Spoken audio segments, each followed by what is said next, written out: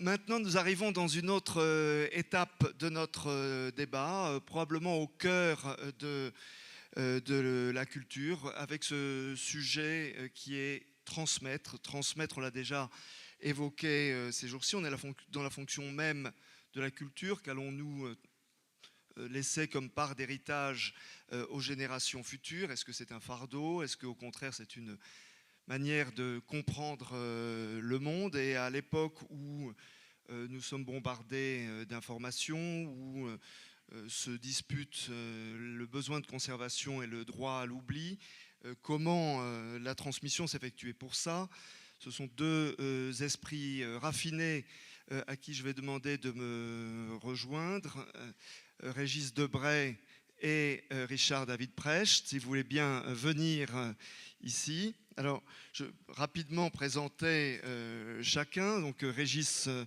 Debray est le philosophe et l'écrivain membre de l'Académie Goncourt que nous savons. Il a finalement une vie aussi de personnage de roman, peut-être de roman ou personnage d'histoire, puisque après La Rue d'Ulm, dont il est classique, et une agrégation de philosophie, c'est sur les pas de Che Guevara qu'il est parti en Amérique latine.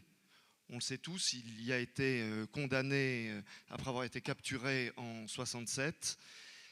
Son histoire rebondit sous les ordres de l'Élysée, puisque de retour en France, il est chargé de mission pour les relations internationales auprès de François Mitterrand, le président de la République.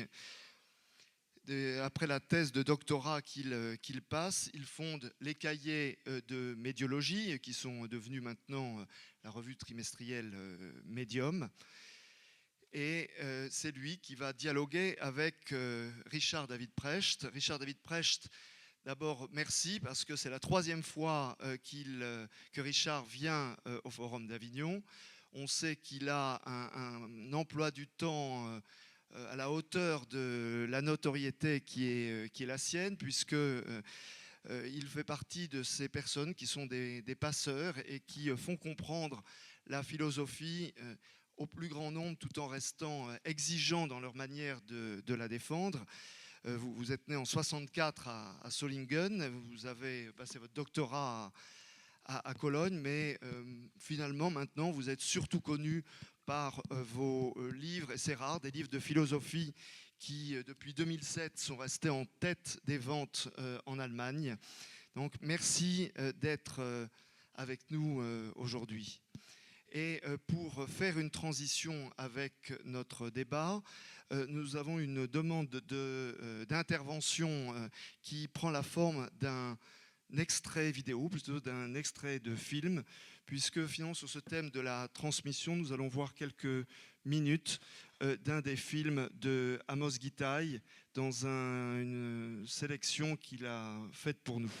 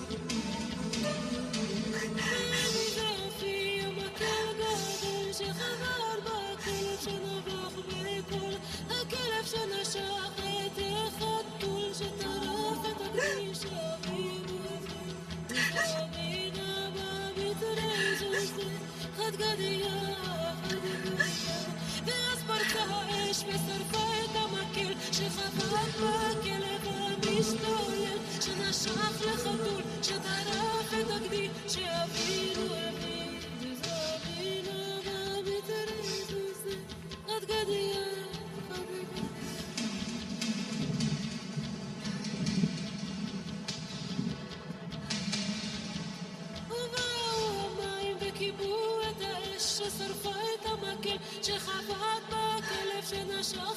לחתול שטרף את הקדיש שאבינו הביא לזוהינה בביטרז עוד גדיה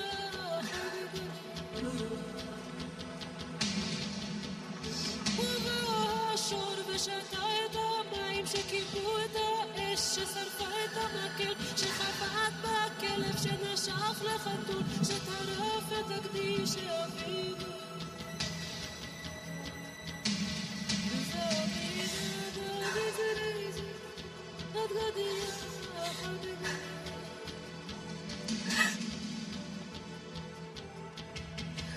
ובא השוחט ושחט את השור ששתה את המים שכיבו את האש ששרפה את המקל שחבט בכלב שנשך לחתול שטרף את הקדיש שאבינו הביא ובא מלאך המוות והרג את השוחט ששחט את השור ששתה את המים שכיבו את האש ששרפה את המקל שחבט בכלב שנשך לחתול שטרף את הקדיש שאבינו הביא וזוהינה בביטרז חד גדיה חד גדיה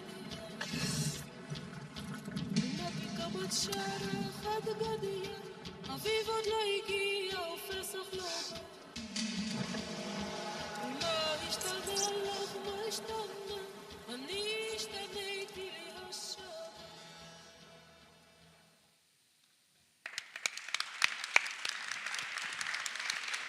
Amos, est-ce que vous pouvez nous expliquer les raisons de votre choix?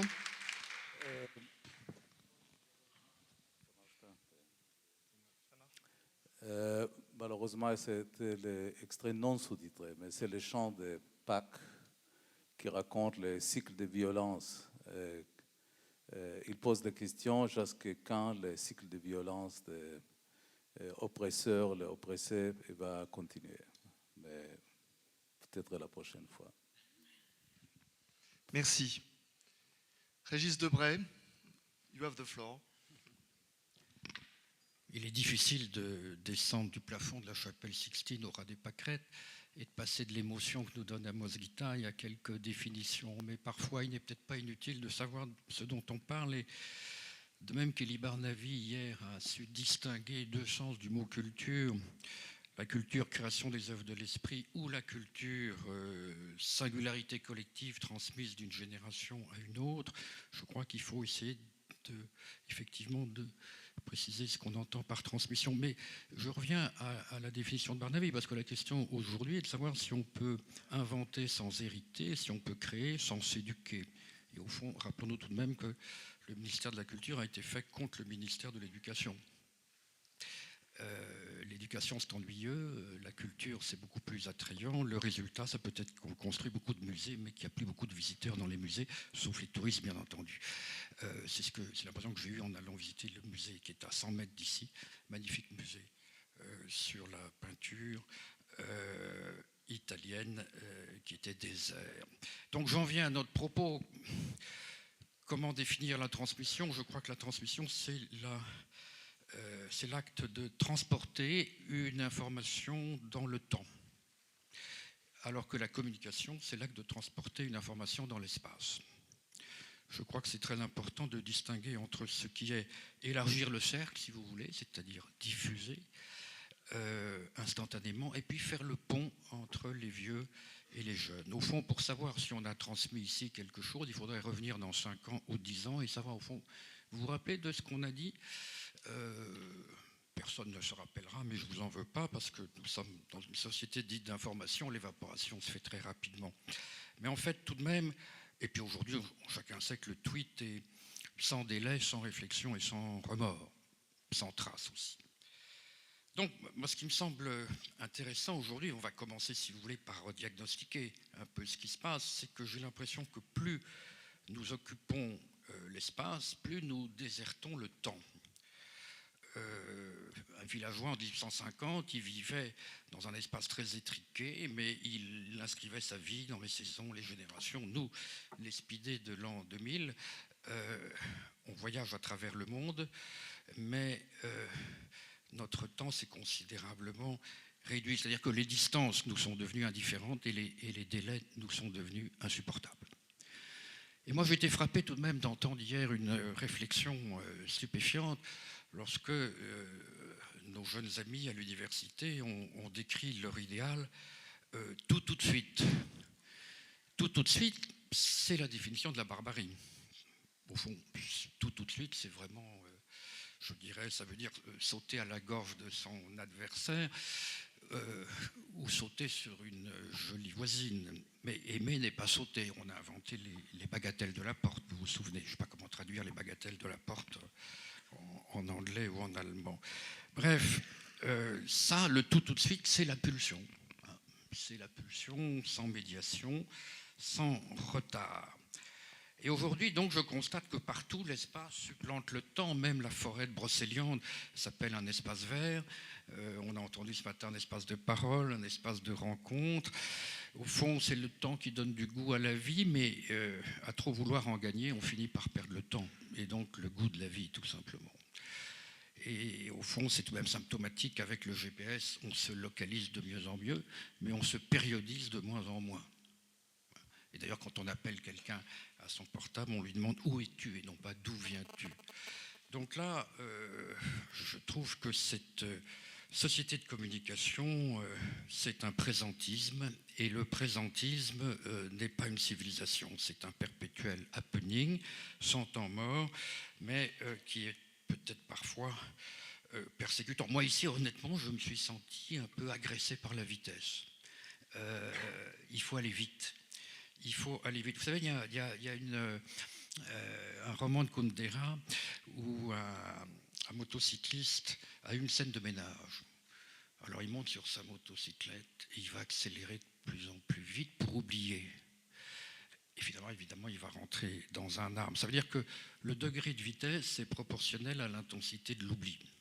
C'est un peu la morale de ce que Kundera essaye de nous dire. Donc on a, si vous voulez, ce que je crains, une sorte d'explosion des mobilités et une implosion des continuités. Alors là, c'est, à mon sens, un problème très grave entre le décalage, si vous voulez, entre le temps de l'information, qui est de plus en plus rapide, et le temps de la formation qui ne bouge pas, comme l'a dit notre amie japonaise ce matin. Il faut toujours 9 mois pour faire un enfant.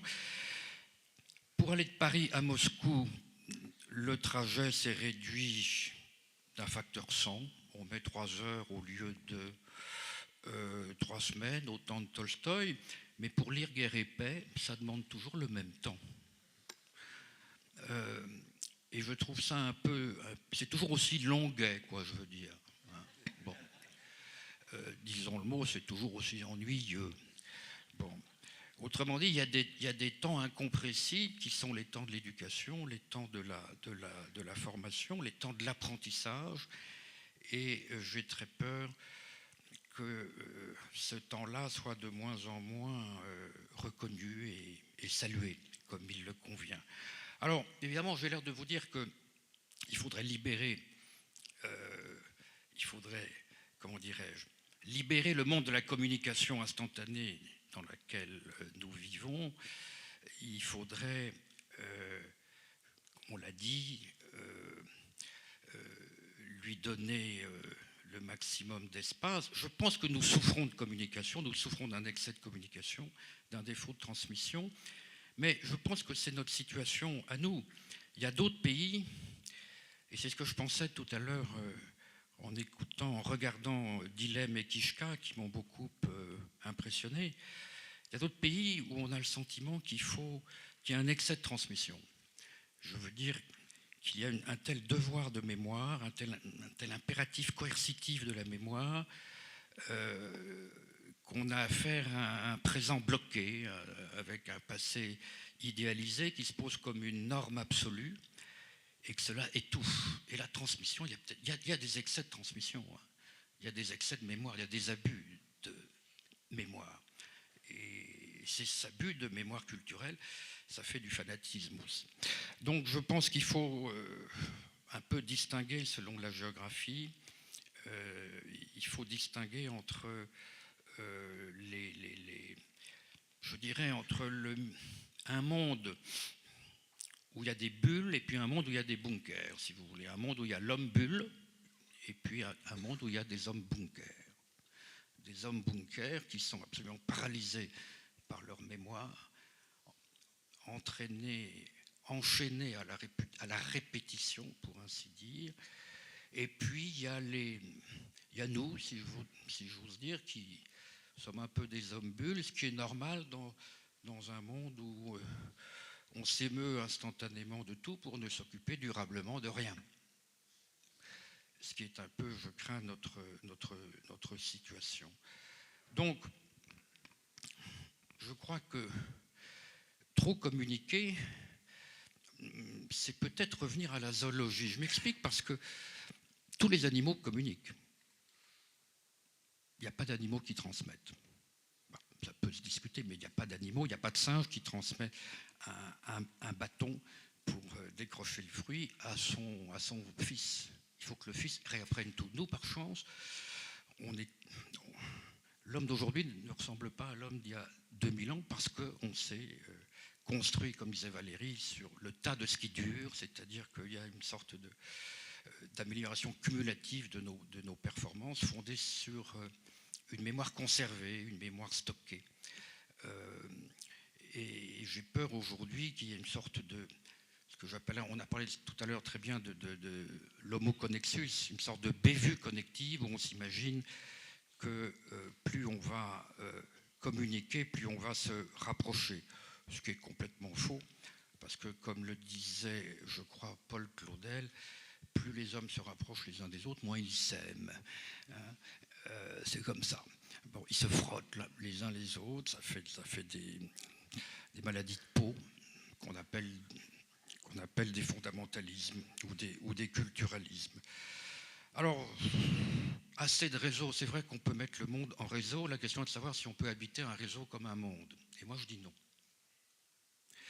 Et donc, à moins de multiplier les non-lieux, hein, les non-lieux, c'est-à-dire les aéroports, pas ceux que construit notre ami Andreu, mais enfin les stations de péage, les studios, les supermarchés, etc., qui sont des lieux de consommation. Et la consommation, consommer, c'est un verbe qui se conjugue au présent seulement. C'est un verbe sans passé et sans futur, sans épaisseur temporelle.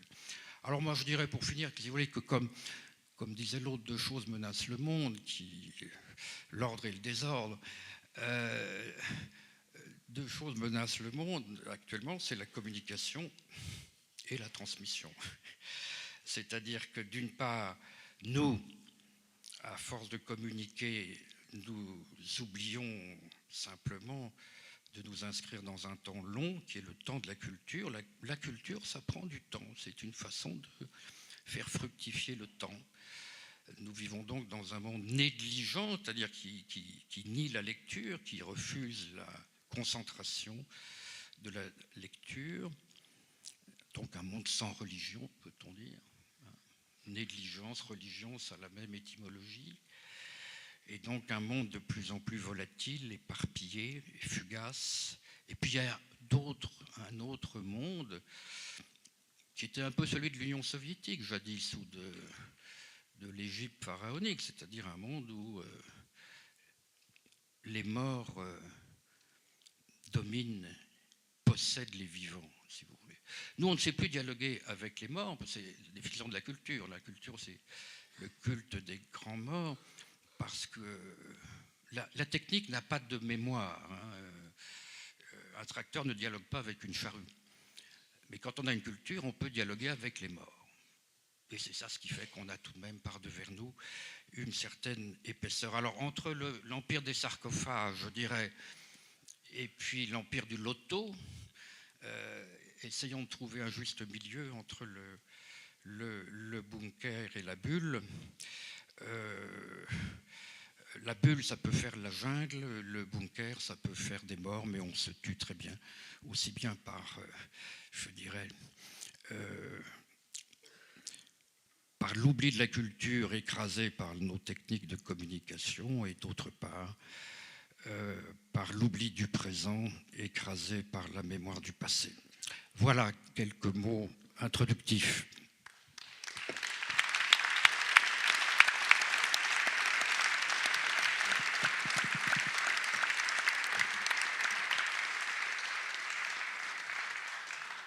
Merci de ce regard critique. J'espère qu'il laisse place quand même à un petit peu d'optimisme. Et justement, je voudrais vous faire réagir. Est-ce qu'il y a de l'optimisme dans ce que vous entendez? Est-ce que entre l'homme bunker, l'homme bulle, vous vous y retrouvez? Est-ce qu'il y a une vision positive?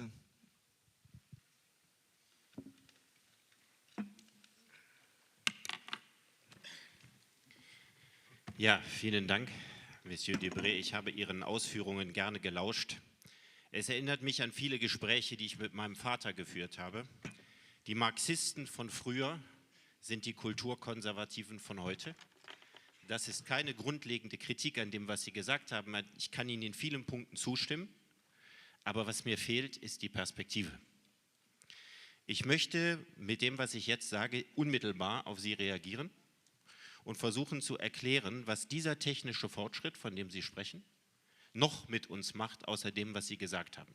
Das heißt, Sie haben Krankheitsdiagnose betrieben, Sie haben erklärt, was alles an der gegenwärtigen Technologie in Bezug auf unser Bewusstsein problematisch ist. Und ich möchte einen Schritt weiter denken und überlegen, wie können wir von dieser Diagnose, die Sie gegeben haben, so in die Zukunft gucken, dass tatsächlich noch ein bisschen Anlass zum Optimismus und zur Hoffnung übrig bleibt. Reasons to Hope ist das Motto des Forums. Ich glaube, ich warte noch einen kleinen Moment, weil ich das Gefühl habe, es sind noch nicht alle Übersetzungsgeräte richtig gepolt, wenn es soweit sein sollte. Ja, gut. In der Geschichte der Menschheit diente die Technik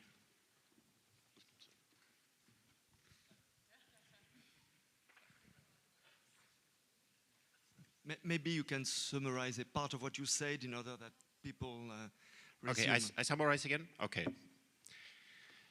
Ich sagte zu Monsieur Debré, dass vieles von dem, was er mir erzählt, mich sehr an meinen Vater erinnert, der ein Marxist war. Und dass die Marxisten der 60er Jahre die Kulturkonservativen von heute sind. Weil sie versuchen, ein Erbe zu bewahren, das sie glauben, dass der durch den technischen Fortschritt verloren gegangen ist. Marxismus war mal etwas sehr Optimistisches. Es war der Glaube an einen dialektischen, fortwährenden, positiven Fortgang der Menschheitsgeschichte. Heute erleben wir einen rasanten Fortgang der Technik, aber nicht unbedingt einen rasanten Fortschritt der humanitären Werte. Und von daher verstehe ich diesen Kulturkonservativismus. Und ich möchte das, was Sie gesagt haben, nicht dagegen reden, aber mit ein klein bisschen Hoffnung ausstatten. In der Geschichte der Menschheit diente die Technik dem Überleben und die Kultur dem Zusammenleben.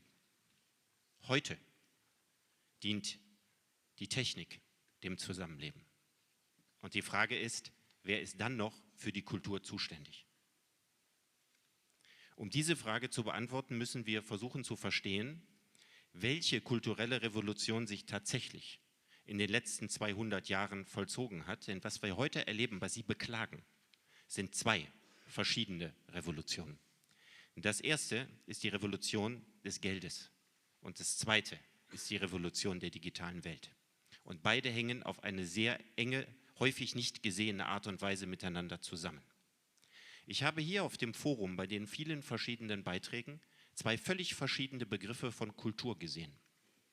Für die einen, für die Kunstschaffenden, für die Architekten, die Sänger, die Lyriker, ist Kultur etwas, was ihr Leben bestimmt und wo sie sagen würden, Kultur ist eigentlich alles. Für viele, die hier sind, Lenker von Wirtschaftskonzernen und vielem anderem mehr, ist Kultur eine Sache unter vielen, mit der man Geld verdienen kann. Das heißt, Wirtschaft, ökonomisches Handeln, Systemrationalität, instrumentelle Vernunft, Kosten-Nutzen-Denken werden von uns heute als Entitäten wahrgenommen, also als etwas, was gegeben ist. So ist die Welt. Es wird nicht mehr als eine spezifische Form von Kultur wahrgenommen. Der Grund liegt vor etwa 200 Jahren im Siegeszug der Geldwirtschaft. Durch die Einführung des Geldes vor 200 Jahren, das Geld ist älter, aber erst vor 200 Jahren setzte sich flächendeckend allmählich Geldwirtschaft durch. Noch Mitte des 19. Jahrhunderts wurde in Avignon Tauschhandel betrieben. Die Geldwirtschaft spielte nur eine sehr nebengeordnete Rolle. Durch das Geld wurde alles mit allem gleichrangig verhandelbar. Das heißt, Geld ist die einzige Sache der Welt, deren Qualität sich allein an der Quantität bemisst. Dadurch, dass alles mit allem verhandelbar war, wurde alles neutralisiert. Das heißt, Geld hat auf der einen Seite die absolute Kommunikation über alle Grenzen ermöglicht. Früher gab es nationale Ökonomie. Es gibt heute globale Ökonomie. Das hat nicht das Internet gemacht, das hat das Geld gemacht. Das Geld sorgt dafür, dass Menschen über alle Kulturgrenzen miteinander kommunizieren, sich austauschen, Handelsbeziehungen aufgebaut haben. Das heißt, der große Equalizer der Weltkultur war das Geld. Der zweite ist das Internet auf genau die gleiche Art und Weise. Der zweite große Equalizer mit genau den gleichen Gefahren. Auf der einen Seite muss man sagen, gucken wir uns Westeuropa vor 200 Jahren an, schauen wir uns Westeuropa heute an, dann sehen wir, welche unglaublichen Segnungen die Geldwirtschaft gebracht hat. Auf der anderen Seite sehen wir, dass alle anderen traditionellen, kulturellen Werte es gegen das Geld schwer haben. Religionen, Identitäten, kulturelle Identitäten, Traditionen, alles das wird unter der Herrschaft des Geldes nivelliert. Und das Internet setzt diese Tendenz nur fort. Das heißt, die digitale Welt, deren Nachteile Sie aufgezählt haben, setzt nur einen Prozess fort, der in der Geldwirtschaft schon angelegt ist. Und dieser Prozess hat eine ganz vorteilhafte Seite. Die Demokratisierung der Welt ging mit der Geldwirtschaft einher. Die Demokratisierung durch den Abbau von Klassen, Standesgegensätzen, Internationalisierung. Länder, die miteinander Handel treiben, haben mehr als nur ein Handelsinteresse miteinander. Kultureller Austausch folgt dem Handelsaustausch. Aber auf der anderen Seite die Nivellierungsproblematik. Folge: In unserer heutigen Gesellschaft ist jeder Mensch ein Kapitalist, weil er die kapitalistische Kultur als seine einzige Leitkultur akzeptiert. Wir investieren in unsere Partnerschaften. Wir ziehen das Risikokapital wieder ab, wenn es sich nicht mehr lohnt. Wir sind zwischenmenschlich Kapitalisten unserer selbst geworden. Wir wissen, dass wir 50% des genetischen Aktienbesitzes an unseren Kindern halten. Das heißt, wir haben eine Kultur der Vermarktung von alles und allem gemacht, in der die Kunst jetzt ein kleiner Bereich unter vielem anderen ist, in dem wir Kultur als eine Ware betrachtet haben und nicht mehr merken, dass jene Umgangskultur miteinander, die Kultur als Ware betrachtet, ihrerseits eine Form von Kultur ist und nicht alternativelos. Und damit komme ich zu dem kleinen Stück der Hoffnung. Was wir brauchen, ist ein völlig anderes Bildungssystem. Wir haben sonst nur die Erziehungsgewohnheiten des Marktes, nach denen wir uns orientieren, wenn wir es nicht schaffen, Menschen hervorzubringen, die in der Lage sind, sich vor Aufmerksamkeitsraub zu schützen. Was uns fehlt, ist das, was Cicero Cultura Animi genannt hat, Bewusstseinskultur. Zum Beispiel die Kultur Nein zu sagen, die Kultur abzuschalten, die Kultur nicht hinzuschauen, die Kultur für sich zu sein, die Kultur sich zu sagen, das brauche ich nicht.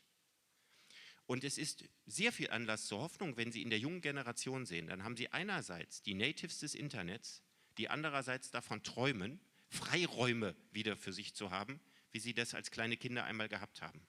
Und dazwischen wird etwas ausbalanciert und die Entscheidung wird das Bildungssystem mit sich bringen, ob wir es schaffen, in unserem Bildungssystem unsere Kinder vor Aufmerksamkeitsraub zu schützen, ob wir es schaffen, ihre Fähigkeit zur Neugier und zur Begeisterung nicht immer in kommerzielle Fahrwasser zu leiten, dass wir es schaffen, ihre Ursprungsenergie so weit wie möglich zu bewahren. Das wird das Programm.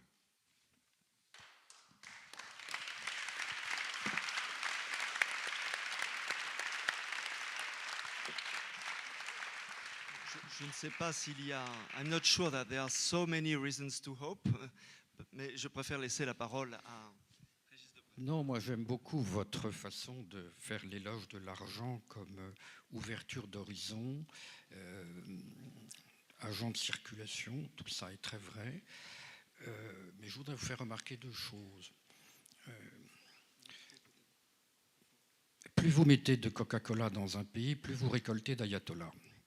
Je veux dire, il y a une façon de moderniser, il y a une façon de monétariser, il y a une façon de violer les cultures qui provoque simplement le retour du refoulé. Je crois que vous avez raison sur un plan, mais pas sur l'autre. Moi, qu'est-ce que je constate? Je constate que depuis que le monde s'est globalisé, il n'y a jamais eu autant d'insurrections identitaires, il n'y a jamais eu autant de fermetures, il n'y a jamais eu autant de guerres de religion, il n'y a jamais eu autant d'insurrections de la mémoire. Pourquoi? C'est normal, parce que les gens sont en perte d'appartenance et qu'ils veulent rechercher donc des repères d'identité que, disons, que l'argent fait disparaître. Autrement dit, c'est vrai que la technique, ça nivelle, vous l'avez dit, ça égalise, c'est un niveleur, mais les gens ont besoin d'être différents, que voulez-vous, c'est comme ça. Ils ont besoin de parler une langue qui n'est pas celle de tout le monde, ils ont besoin d'avoir une religion qui n'est pas celle de tout le monde, ils ont besoin de retrouver la tombe du grand-père, et nous avons aujourd'hui un formidable, à la fois bond en avant technologique et je dirais retour en arrière culturel ou religieux. C'est comme ça, donc je constate que pour autant que je par mal traverser le monde, le tiers-monde, c'est dans les facultés des sciences et des techniques que j'ai trouvé le plus de fondamentalistes et d'intégristes. C'est pas dans les facultés des lettres. Bon, ça c'est tout de même quelque chose d'assez étonnant dont il faut rendre compte. Un dernier point, nous n'avons pas assez parlé des institutions. Je trouve qu'on n'a pas besoin d'institutions pour communiquer, il y a des appareils. Mais il n'y a pas d'appareil à transmettre. Pour qu'il y ait une transmission, il faut qu'il y ait des institutions, c'est-à-dire des véhicules lents, tels que des États, des églises, des fondations, des galeries d'art, des éditeurs, qui font tourner la machine à communiquer, c'est-à-dire qui savent à la fois trier, qui savent se souvenir, qui savent avoir des projets, parce que là où il n'y a pas de mémoire, il n'y a plus de projet. Voilà, c'est tout. Je vois au regard de Richard David Precht qu'il ne partage pas tout à fait la première partie de votre analyse.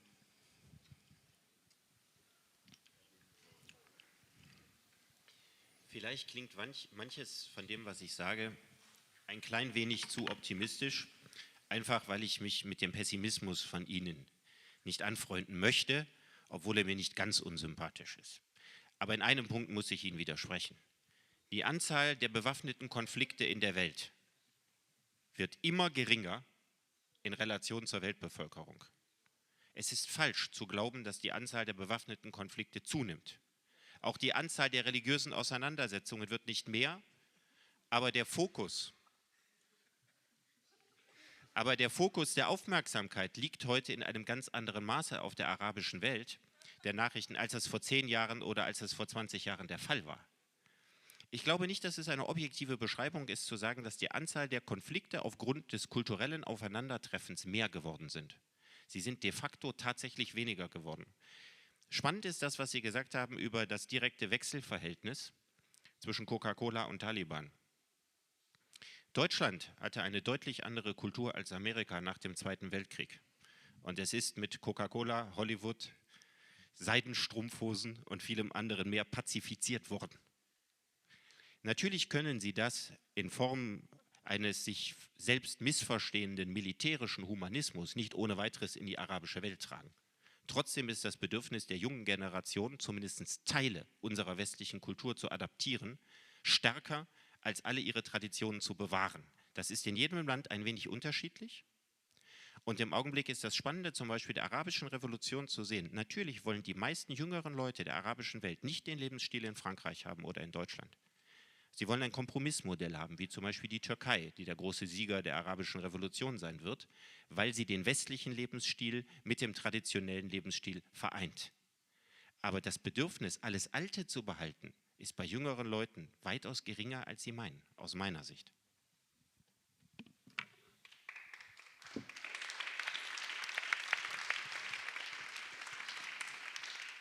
Rappelons-nous tout de même que le web et les réseaux informatiques ont amené les frères musulmans au pouvoir. Donc c'est une alliance, disons, de modernisme des outils et de progression. Mais je dirais tout de même, si vous voulez, que nous sommes d'accord sur un point, c'est que effectivement les consciences s'ouvrent, les gens deviennent plus responsables, ils deviennent plus individuels. Donc je crois que c'est pour moi le grand apport des nouvelles technologies, c'est au fond la montée de la primauté de l'individu sur son groupe. Et au fond, c'est ça. Maintenant, avec le réseau, on l'a dit, chacun devient un émetteur de normes, chacun devient son journaliste, il n'est plus dépendant d'une autorité verticale. Donc c'est vrai que c'est une formidable ouverture de conscience et qui prône le principe responsabilité. Donc je ne suis pas du tout pessimiste, je dis simplement comme tout le monde qu'une technologie, ça a toujours fait le meilleur et le pire, et que c'est en étant averti du pire qu'on peut produire le meilleur. On peut conclure sur un mot un peu banal, mais disons pessimisme de l'intelligence, optimisme de la volonté. Merci de ces éléments-là. Je ne suis pas sûr qu'on arrive à vous réconcilier dans aussi peu de temps, même si vous avez Si on une base avait un peu de d'analyse temps, qui est je suis critique. persuadé qu'on arriverait à faire une entente franco-allemande aussi bonne qu'elle existe par ailleurs. Voilà. Sans faire un traité de l'Élysée, on va s'en Je vous passer. propose de le poursuivre entre vous et pour nous pendant le déjeuner. Je vous remercie chacun.